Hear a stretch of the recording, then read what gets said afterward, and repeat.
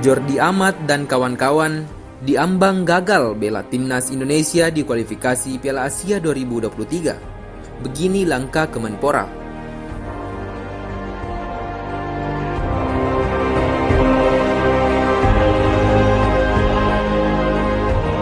Namun sebelum kita lanjut, jangan lupa untuk like, komen, dan subscribe channel ini agar kalian tidak ketinggalan info menarik berita olahraga tanah air. Kalau sudah, mari kita lanjut.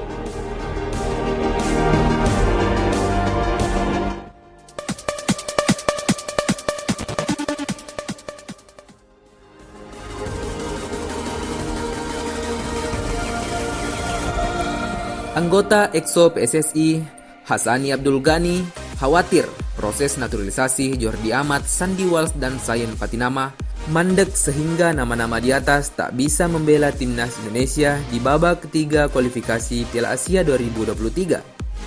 Sekedar diketahui, berkas naturalisasi 3 nama di atas sudah di tangan Direktorat Tata Negara Kementerian Hukum dan Hak Asasi Manusia.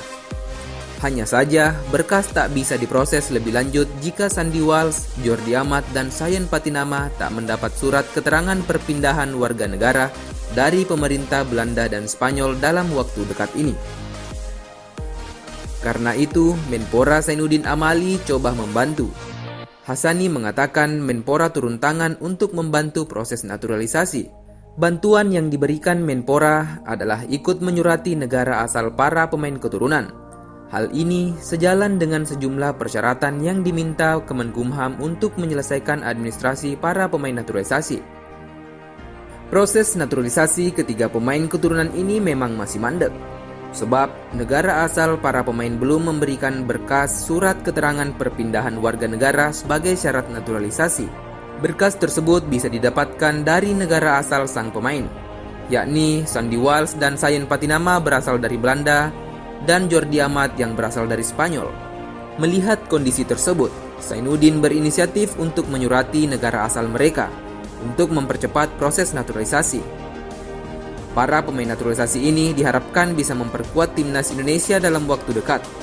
Terlebih, skuad asuhan Sintayong akan melakoni kualifikasi Piala Asia 2023 pada tanggal 8 hingga 14 Juni 2022. Timnas Indonesia sendiri tergabung di grup berat bersama tuan rumah Kuwait, Yordania, dan Nepal. Dari sekian dokumen persyaratan, ada satu dokumen yaitu surat keterangan perpindahan warga negara dari pemerintah Belanda dan Spanyol. Di luar jangkauan kami, artinya surat tersebut bisa didapat dalam sebulan atau lebih dari pemerintah dua negara tersebut. Dan seandainya kedua dokumen tersebut terpenuhi, maka target di bulan April bisa tercapai, kata Hassani Abdul Ghani.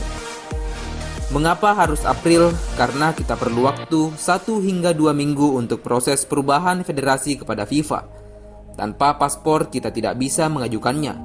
Kalau tidak ada surat approval dari FIFA, otomatis pemain tersebut tidak bisa membela timnas Indonesia di babak kualifikasi Piala Asia, tutup Hassani Abdul Ghani.